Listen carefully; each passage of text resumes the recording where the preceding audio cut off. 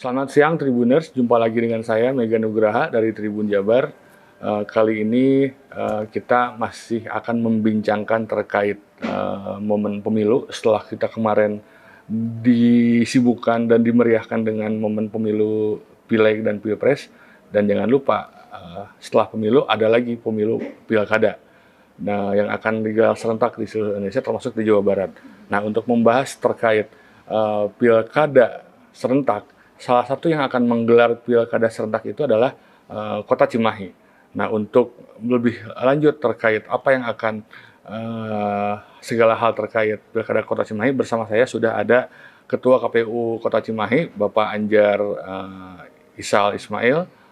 Selamat siang Pak Anjar, Assalamualaikum warahmatullahi wabarakatuh. Wah, Sampurasun Pak Anjar. Apa kabar Pak Anjar, sehat? Alhamdulillah. Mega. Ini kemarin baru Pilpres, ada ini dulu nggak? Ada jeda nafas dulu untuk healing atau apa? Atau langsung gaspol gitu? Langsung gaspol. Memang sesuai PKPU 2 ya 2024 bahwa tahapan pilkada sudah dimulai kan gitu, sehingga kami yang bagi KPU kabupaten kota yang tidak ada persoalan di PHPU DMK itu wajib atau harus sudah mulai menyusun tahapan-tahapan di pilkada serentak ini. Gitu. Ngomong-ngomong, ada ini nggak, kemarin ada semacam jejak-jejak pemilu nih yang masih berkepanjangan, mungkin PHPU di Cimahi tidak ada ya? Kalau untuk kabupaten kota sih aman, clear kan, karena kita sudah tetapkan juga di tanggal 2 Mei kemarin kita sudah menetapkan jumlah kursi pemenang pemilu legislatif ya bersama calon-calon terpilihnya gitu kan, dan alhamdulillah tidak ada sengketa juga di PHPU. Cuman kalau untuk Cimahi ada persoalan itu di provinsi dan di RI, utamanya di Jabar 1 karena Cimahi Jabar untuk Kota Cimahi itu masuk Kota Jabar Cimahi 1 ya? Jabar 1 bersama Kota Bandung gitu kan. Nah, ini masih sedang berjalan begitu di MK gitu, sehingga kadang-kadang kami juga harus membagi fokus untuk penyelesaian PHPU itu. Oh iya, Tribuners, bahwa kemarin itu KPU Kota Cimahi sudah merampungkan rapat pleno penetapan jumlah kursi untuk DPRD Kota Cimahi. Kira-kira Pak Anjar mungkin ini udah final berarti kan? Sudah tahu siapa-siapa saja yang lolos berarti kan? Itu pemenang terbanyak di Kota Cimahi itu partai apa kemarin? Kalau untuk Cimahi sendiri, kursi terbanyak diraih oleh PKS, PKS dengan 9 kursi. Oh, 9 kursi. Dan jumlah partai politik memang ada pengurangan, yang tadinya 10 partai politik yang masuk ke parlemennya, ini jadi 9 partai. Hanura kemarin meraih kursi, tapi di pemilu sekarang nggak ada. 40 kan? 45. Oh, jadi dari 45 itu hanya 9 partai yang mendapatkan kursi. Terbanyak adalah PKS. Kedua ada PDIP, kemudian ada Golkar juga. Nah, itu cuman yang tadinya ada seperti Hanura di pemilu kemarin, ya hasil pemilu kemarin jadi nggak ada. Nah, dari penetapan kursi itu nanti akan nanti akan langsung pada parpol koalisi untuk penentuan pilkada Kota Cimahi. Ya, 20% masih. Kalau untuk ininya, kalau tidak salah minimum untuk pengusungan itu 9 kursi. Oh, 9 kursi. Kursi minimumnya. 9 kursi. Jadi mungkin untuk Cimahi PKS bisa mengusung sendiri mungkin 9 kursi. Ya, PKS itu bisa mengusung sendiri, dan yang sisanya nanti harus berkoalisi. Oh, ini Pak Anjar, kemarin ini kan sekarang itu yang terupdate di Tribuners, ini sekarang sedang dalam tahapan seleksi PPK. PPK itu panitia pemilihan kecamatan. KPU-nya di level kecamatan itulah ya. Dan kemudian berlanjut juga dengan PPS, KPU-nya di level desa. Itu ngomong dirombak direkrut lagi atau emang gimana atau? Ya, jadi kan memang di KPU ini untuk rekrutmen Badan Ad Hoc ini melakukan rekrutmen ulang sesuai dengan keputusan KPU RI ya, kemudian juga arahan dari KPU RI untuk melaksanakan perekrutan ulang terhadap Badan Ad Hoc. Nah, yang memang tahapannya sudah berjalan. Untuk PPK sendiri ini sudah masuk ke tahapan CAT, tes tertulis, kemudian juga PPS ini sedang berjalan untuk penerimaan masih pendaftaran. sekarang. Jadi PPS sekarang masih penerimaan berkas begitu Oke. kan. Oke. Berkas pendaftaran lah. Kalau untuk PPK-nya sudah masuk ke CAT gitu. Dan mungkin nanti di tanggal 9 Mei itu sudah masuk pengumuman yang lolos dari CAT tertulis tadi gitu untuk PPK gitu. Kalau untuk PPK berarti karena Cimahi ini tiga kecamatan maka berapa orang ya? Untuk satu PPK itu jumlahnya 5 berarti ya? 5 berarti 15. Iya, 15 yang dikali 3 gitu. Cuman PPS agak banyak. PPS-nya 15 kelurahan, 15 Mungkin Pak Anjar, ini supaya apa ya? Ini kan kita bicara partisipasi publik juga nih. Keren nggak sih jadi anggota PPK, jadi anggota PPS? Sekeren apa sih? Ya keren lah, karena kan memang kalau diibaratkan kan PPK itu kan pejabat KPU di tingkat pejabat levelnya ya, di tingkat kecamatan. Kemudian kalau PPS berarti pejabat di tingkat kelurahan gitu, yang mengurusi segala hal tentang pemilu gitu kan. Jadi punya prestis sendiri, punya lah, kewenangan, punya kuasa juga mungkin. Kuasa juga gitu kan untuk melaksanakan berkaitan dengan proses pemilu ini. Gitu kan. Sampai kapan berarti masa kerja mereka? PPS kan karena untuk PPK ini kan rekrutmennya sudah dalam proses, sudah CAT. Cuman kan berhubung sekarang juga ada seleksi PPS juga mungkin Pak ya. Dan itu belum ditutup ya Pak? Belum. Jadi masih bisa lah mungkin Tribuners yang ingin berpartisipasi gitu ya, ingin mengabdikan jiwa raganya bagi bangsa dan negara, bermulailah dengan jadi anggota PPS gitu di setiap desa ya Pak ya. Ya, kalau kita kelurahan ya. Oh ya, sorry kelurahan. Setiap kelurahan jumlahnya 3 orang ya. 3 orang. Jadi satu PPS itu 3 orang. Jadi totalnya untuk 15 kelurahan itu 45. Oke. Itu masa kerjanya sampai 2 bulan setelah tahapan pemilihan. Sampai tahun depan berarti ya? Ya, kemungkinan sampai bulan Januari. Jadi mungkin Tribuners yang ingin tertarik jadi anggota PPS bisa daftar juga ke sini mungkin ya Pak ya?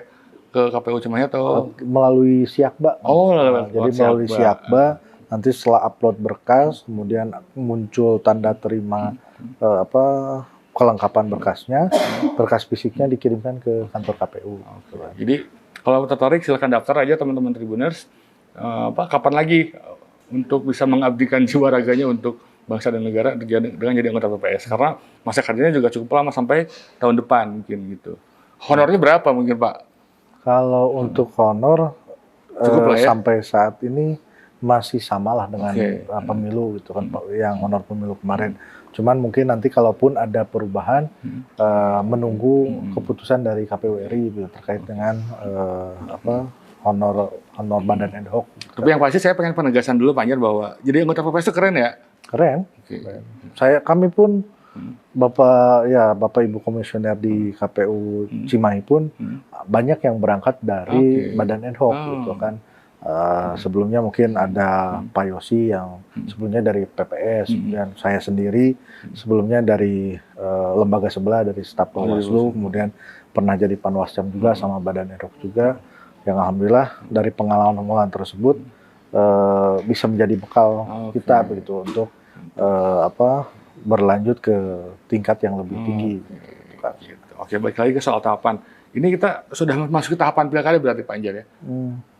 Sekarang tahapan sampai sejauh mana tahapan sekarang? Untuk pilkada sendiri ini kita selain rekrutmen badan ad hoc juga, kita kemarin baru selesai merampungkan sayembara, maskot dan jingle gitu, yang memang untuk pemenangnya sudah kita umumkan, dan mungkin nanti akan kita launchingkan di saat launching pilkada yang memang nanti akan belum kita tentukan waktunya, tapi akan kita bahas gitu. Dan yang paling dekat mungkin setelah rekrutmen ini nanti penyusunan DPT DP4 potensial itu ya. Itu yang nanti berubah berarti ya, kan kemarin itu DPT Cimahi itu kalau tidak salah 400.000 sekian lah ya, nanti akan berubah atau bertambah atau berkurang atau kemungkinan bertambah sih ya, melihat kemarin potensi DPK yang pada saat pemilu kemarin juga cukup lumayan banyak gitu, sehingga ada kemungkinan untuk DPT di pemilu kada ini agak ada peningkatan lah gitu. Karena memang kalau untuk data penduduk kan memang dinamis kan, belum tentu juga dilihat dari banyaknya DPK bisa jadi yang keluar lebih banyak dibandingkan yang masuk gitu. Itu juga kan agak berpengaruh, bisa jadi bertambah atau berkurang begitu kan. Tapi mudah-mudahan gitu kan pada masyarakat ya khususnya warga Cimahi yang kemarin belum terdata betul, nah nanti di awal Juni nanti mungkin bisa terdata terdata secara menyeluruh gitu, sehingga hak pilihnya bisa betul-betul maksimal. Tapi yang pasti bakal bertambah gitu ya. Termasuk mungkin bertambahan dari anak-anak SMA yang sudah punya KTP ya kan. Yang gitu. Pemilih pemula lah gitu kan. Karena memang potensi pemilih pemula kita cukup besar juga gitu kan di Cimahi ini. Terus ngomong-ngomong ini nih, kan kalau nggak salah saya baca tahapan pilkada nih, sekarang itu ada tahapan perseorangan juga nih Panjar. Betul. Ini kan berapa, 8,5% betul tuh Panjar? Ya, 8,5% dari total DPT. Oke, jadi kan karena pemilu demokrasi kita tuh masih mengakomodir soal calon independen. Jadi calon independen itu adalah pasangan calon kepala daerah yang tidak diusung oleh partai politik. Nah, syaratnya itu harus mendapatkan dukungan gitu ya Pak, ya. Dapat dukungan dari masyarakat ya, gitu kan. Itu syaratnya apa misalkan? Untuk syaratnya sendiri itu kartu tanda penduduk ya. Nanti berapa banyak? Kurang lebih di 35.000. Oke. 35.423 lah kurang lebihnya itu. Memang itu menjadi salah satu tantangan mungkin ya bagi calon perseorangan bagaimana mengumpulkan mengumpulkan dukungan. Ya salah satunya dukungannya melalui KTP gitu kan. IKTP yang yang total jumlahnya lumayan besar juga. 35.000. Jadi buat calon-calon yang mungkin yang tidak punya kendaraan politik partai bisa juga mencalonkan independen. Tapi syaratnya harus mendapatkan dukungan KTP dari masyarakat Kota Cimahi sebanyak 35.000 KTP. Tuh, dan sebarannya minimal di 2 kecamatan. 2 kecamatan. Oh, kecamatan. 2 kecamatan. Sederhananya sih sederhana ya. 2 kecamatan asal gampang gitu ya. Itu belum ada sejarahnya kan di Cimahi ada. Kalau independen belum sih. Belum ada gitu kan. Belum. Biasanya gugur di verifikasi nanti kan. Setelah calon personal ini mendaftar, mungkin nanti dilanjutkan dengan pemeriksaan administrasinya, sekaligus juga ada verifikasi faktualnya. Verifikasi faktual berarti ngecek KTP? Betul. Semuanya? Ya. 35.000? Betul. Nggak semuanya, sampling. Samplingnya caranya sensus kan. Sama kayak kita pantarlih lah, door to door gitu. Ngecek nggak, misalkan saya ngasih KTP, saya benar nggak ngasih KTP gitu. Ya. Karena kan bagaimanapun juga tolong diingat juga Tribuners bahwa untuk pencalonan perseorangan itu rentan dengan penyalahgunaan data pribadi, dan kita pemerintah Indonesia sudah mengesahkan RUU Undang-Undang Perlindungan Data Pribadi, jadi undang-undang. Sehingga ini ujian pertama sebenarnya bagi kita ya, sejauh mana nih KTP yang digunakan oleh perseorangan ini valid gitu kan, tidak hanya nyaplok gitu kan. Apalagi kan sekarang KTP itu sudah jadi objek hukum yang dilindungi menurut Undang-Undang Perlindungan Data Pribadi, begitu Pak Panjar ya. Dan itu juga KPU jadi garda terdepan untuk memastikan bahwa KTP-nya harus asli. Harus real gitu. Bahkan kalaupun misalnya mendukung itu harus ada pernyataan. Ada pernyataannya juga. Dalam formatnya itu ada surat pernyataan juga bahwa yang bersangkutan mendukung atau tidak mendukung. Gitu kan. Nah itu biasanya kadang-kadang suka jadi terkendala ketika mirip seperti pencalonan DPD. Gitu. Pencalonan DPD pun hal yang sama gitu. Kita melakukan verifikasi faktual terhadap data KTP yang sudah menjadi bagian dari syarat dukungan tadi. Oke, itu benar sih ya. Mohon diingat warga Cimahi juga, mohon diingat jangan sampai ini kan sedang dalam tahapan pengumpulan perseorangan. Siapa tahu di Cimahi ada yang hendak mencalonkan perseorangan, tolong juga dijaga KTP-nya apakah memang benar-benar, apakah jangan sampai nanti di ujung KTP teman-teman pada dipakai gitu untuk kepentingan itu ya Pak Anjar ya. Oke. Nah, ini Panjar ngomong-ngomong soal partisipasi kemarin sampai berapa persen, Panjar? Untuk partisipasi di Cimahi lumayan tinggi kan, di angka 85% lah, 85,2%-an begitu kan. Meskipun kalau dilihat dari pemilu terakhir ada penurunan Oke. kurang lebih 1% gitu kan. Memang ada banyak faktor lah yang terkait itu. Mungkin salah satunya kalau dilihat gitu kan, memang tensi gairah pemilu di 2019 dengan di 2024 itu berbanding terbalik ya, 180 derajat. Kalau di pemilu 2019 terasa gitu kan euforia pemilihannya gitu, pemilu 2019. Tapi di 2024 tuh terkesan adem ayem gitu kan, adem ayem, sehingga mungkin itu juga jadi salah satu faktor masyarakat. Mungkin ada kejenuhan juga gitu ya untuk karena kan memang dilihat calonnya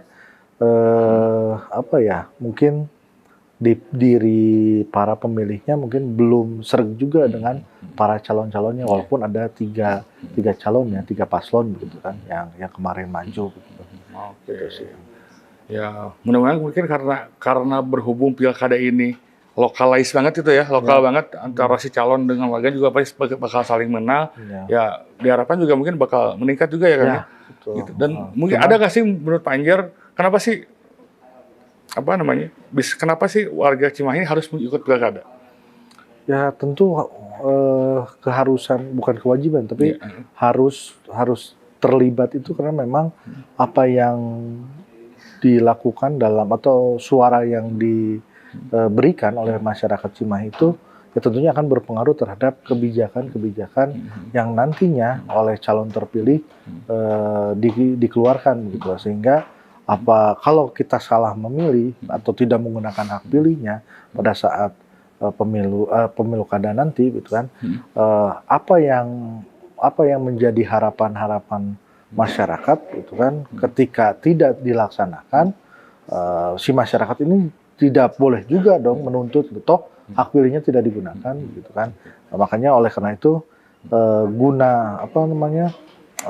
agar harapannya Cimahi ini jauh lebih baik ke depannya, saya rasa perlu keterlibatan dari masyarakat, baik itu dalam menggunakan hak pilihnya sekaligus juga memberikan aspirasi-aspirasinya lah kepada para paslon nanti begitu kan, sehingga pada saat nanti terpilih paslon yang terbaik begitu kan, mudah-mudahan bisa merepresentasikan apa yang diharapkan oleh masyarakat umumnya gitu kan. Saya juga perlu ingatkan teman-teman Cimahi, kenapa Cimahi ini jadi penting untuk ikutan pilkada, karena kita tahu sendiri kan bahwa periode sebelumnya juga kan ada sempat beberapa masalah dengan kepala daerahnya sehingga tidak bisa melanjutkan kepemimpinan di Cimahi. Ya sekarang jadi momentum buat teman-teman di Cimahi untuk ikut pilkada dan memilih calonnya dengan benar. Jangan sampai ada kejadian-kejadian seperti sebelumnya lagi gitu. Kan sampai ada dua wali kota Cimahi kan yang sempat tidak bisa melanjutkan kepemimpinannya karena beberapa kasus hukum. Yang mudah-mudahan ke depan dengan partisipasi teman-teman Cimahi di pilkada, nggak ada lagi kejadian-kejadian serupa kayak kemarin gitu banyak. Jadi harapannya kan memang dengan pelaksanaan pilkada nanti betul kan akan lahir calon-calon terpilih yang betul-betul merepresentasikan harapan-harapan atau aspirasi masyarakat, sekaligus juga menjadi adanya inovasi baru lah demi kemajuan kota Cimahi ke depan gitu kan. Itu jadi fokus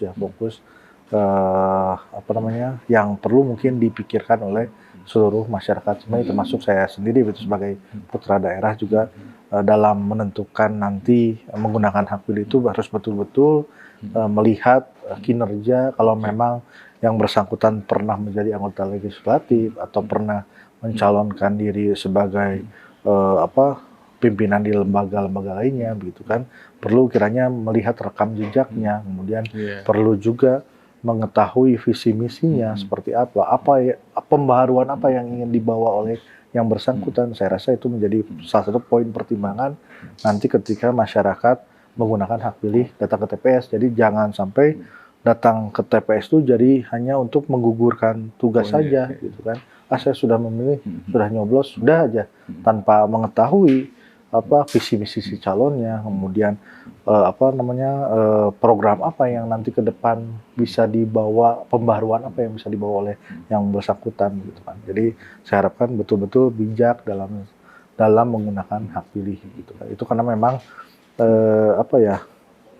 saya rasa itu jadi problem ya di Indonesia ini begitu kan, bagaimana kadang-kadang kita ini menggunakan hak pilih itu masih budayanya partisipan gitu. Yang penting hadir saja, tapi tidak bisa menggunakan hak pilihnya itu dengan penuh tanggung jawab gitu kan. Ya, jadi kan partisipasinya hanya sampai pada saat pencoblosan saja. Pasca pencoblosan itu masyarakat banyak yang tidak aware lagi terhadap si calon terpilih gitu kan. Yang harusnya begitu kan lebih bisa aware lagi terhadap pilihan-pilihan yang sudah hadir begitu kan. Misalnya si calon A, walaupun kita tidak memilih si calon tersebut, kemudian calon tersebut menang gitu, tugas kita gitu sebagai masyarakat ya tentu harus ikut serta gitu kan, memantau kinerja yang bersangkutan selama menjabat sebagai bupati, gubernur maupun presiden gitu. Sehingga nanti hal-hal yang jadi kan fungsi controlling bagi pemerintahan atau bagi parpol dan sebagainya itu kan tidak hanya jadi tanggung jawab partai politik saja gitu kan dalam konteks koalisi dan oposisi saja, tapi juga harus ada controlling dari masyarakat pada umumnya gitu kan. Nah, mungkin bisa ikut serta mengawasi kinerja pemerintah baik dari berbagai tingkatan gitu kan, memberikan aspirasi, masukan dan sebagainya. Saya rasa itu menjadi tanggung jawab kita semua gitu, bukan hanya partai politik saja yang nantinya mungkin ada yang oposisi maupun koalisi, sehingga dinamika politiknya jadi lebih sehat lah gitu kan, lebih baik gitu, seperti itu kan. Ini juga tidak hanya harapan Pak Anjar sebagai Ketua KPU Cimahi, tapi sebagai warga Cimahi juga ya. Gitu kan. Jadi setelah milih bukan berarti tugas kita selesai gitu, enggak gitu. Ada tugas lainnya yakni memantau gitu kinerja si calon terpilih ini apakah sudah betul on the track gitu kan, sesuai dengan janjinya, sesuai dengan visi misinya, atau malah melenceng. Ketika melenceng, peran fungsi kita nih sebagai masyarakat untuk mengingatkan banyak dengan berbagai hal gitu kan, bisa dengan melalui mengikuti memberikan masukan terhadap calon-calon legislatif yang duduk di legislatif. Kita menyampaikan aspirasi kepada yang bersangkutan untuk disampaikan oleh legislatif kepada eksekutif dan sebagainya. Itu saya rasa banyak saluran lah untuk menyampaikan aspirasi secara langsung gitu dari masyarakat. Dan yang terpenting sih tadi saya punya catatan pertama itu tadi, ini Pilkada Cimahi jadi sangat penting karena jangan sampai mengulang bukan kesalahan sih ya, jangan sampai terjadi kejadian serupa. Dua kepemimpinan tidak bisa melanjutkan karena kasus hukum. Jangan sampai hat-trick. Jangan sampai hat-trick. Ya benar, jangan sampai hat-trick. Jadi teman-teman di Cimahi harus memastikan bahwa minimal lihatnya pertama jangan sampai ada hat-trick ketiga deh. Terus ketiga itu tadi, minimal saya kasih bocoran deh. Kira-kira apa sih kebutuhan warga itu? Paling tidak sekolah, karena kebutuhan. Jadi ini kejadian tiap tahun di semua masyarakat Pak Anjar ya. Tiap tahun itu setiap orang tua dibebankan dengan kumaha udah sekolah. Ya kan? Kalau lolos alhamdulillah ya, kalau enggak jadi pikiran juga ini minimal gitu kan. Masuk swasta kan jadi berat biayanya. Yang mudah-mudahan ke depan ada wali kota Cimahi yang bisa meringankan beban orang tua setiap tahun yang dipusingkan dengan urusan biaya sekolah gitu. Minimal itu aja dulu, dua hal itulah kira-kira seperti itu. Nah, kemudian Pak Anjar, setelah ini apa Pak Anjar? Setelah perseorangan. Kapan mulai ada kalkulasi pencalonan? Nah, untuk tahapan pencalonan sendiri nanti mungkin dibuka sesuai tahapan itu di bulan Agustus kalau tidak salah. Agustus ya. Kalau Juli Agustus lah itu mulai pendaftaran calon paslon ya, yang diusung oleh masing-masing partai. Kalau untuk pencalonan perseorangan ini dari tanggal 5 kemarin sampai di tanggal 12 Mei. Sampai sedang proses? Ya, ini sedang proses. Pengumuman itu 5 sampai 8. Penerimaan berkas dukungan itu dari 8 sampai 12. Pendek berarti ya? Iya, hanya kurang lebih 1 minggu lah. Berarti setelah ini KPU Cimahi akan bersiap untuk penerimaan pendaftaran pasangan calon. Bulan Agustus kalau saya lihat di itu ada 24 Agustus ya pengumuman pendaftaran pasangan calon. Pendaftaran 27 Agustus sampai 29 Agustus. Penelitian 27 Agustus sampai 21 September dan penetapan pasangan calon 22 September hari Minggu gitu ya. Ya. Kampanye 25 September betul ya. Tuh. Oke. Nah, masa kampanye juga jadi pendek ya. Kan kalau biasanya kan kalau pemilu kemarin kan 3 bulan gitu ya, 75 hari. Ini cuma Kalau ini paling 1 bulan setengah. Oke. Gitu, karena memang dari September ke tanggal 27 November itu kan lumayan 25 September hingga Iya. 23 November. Oke, dan pilkadanya 27 November ya, guys. Iya, 27 November kita lupa nggak ngebahas tanggal itu. Jadi Jadi- pilkada Cimahi serentak 27 November ya. tuh. Jadi singkat sekali gitu waktu dari masing-masing paslon begitu kan untuk menyampaikan tadi visi misi dan sebagainya. Oleh karena itu mungkin perlu keterlibatan aktif nih dari masyarakat untuk minimal rasa pingin tahunya muncul lah untuk melihat nanti si paslon-paslon ini, karena memang dengan waktu yang singkat ini saya rasa tidak bisa terjangkau semua gitu kan. Gitu. Oke, itu Tribuners secara nggak langsung tadi kita sudah ngebahas tahapan pilkada dari mulai saat ini rekrutmen PPS sampai terakhir pelaksanaan kampanye 27 November gitu. Nah, selanjutnya mungkin kita berharap tadi semoga harapan kita semua terkait partisipasi pemilih bisa meningkat. Terus kemudian harapan warga Cimahi juga bisa lebih baik lagi ke depannya, dan selamat bekerja juga buat Pak Anjar dan teman-teman KPU dan jajaran KPU PKPPS yang akan melewati masa-masa yang lebih panjang lagi di pilkada. Ya, Closing statement Pak Anjar, harapannya seperti apa mungkin untuk pilkada Kota Cimahi? Harapannya tentu yang pertama sukses terlebih dahulu gelaran pilkada ini, itu tidak ada hal-hal yang di luar perencanaan kita semua gitu kan, di luar hal yang tidak diinginkan juga, dan tentunya selain itu juga pilkadanya mudah-mudahan bisa diselenggarakan dengan penuh riang gembira gitu ya, penuh kegembiraan gitu kan, menjadi pesta kita bersama gitu kan. Dan yang terakhir mungkin mudah-mudahan dari pilkada ini bisa melahirkan pemimpin-pemimpin yang bisa membawa kemakmuran bagi masyarakat Kota Cimahi gitu kan, khususnya begitu kan, sehingga apa yang welfare state ya, kalau di negara kesejahteraan first state itu mudah-mudahan bisa terwujud minimal di Kota Cimahi dulu lah gitu lah. Karena kan 400.000 doang ya. Kan kalau tujuan dari demokrasi kan kalau dibilang kan lahir dari rakyat untuk rakyat, oleh rakyat dan untuk rakyat. Mudah-mudahan nanti si calon yang terpilih itu bisa mewujudkan itulah gitu. Apa yang dia kerjakan itu kembali lagi untuk kesejahteraan masyarakat Kota Cimahi. Dari rakyat oleh rakyat untuk rakyat. Itu hakikat demokrasi, dan itu akan terlaksana di Kota Cimahi.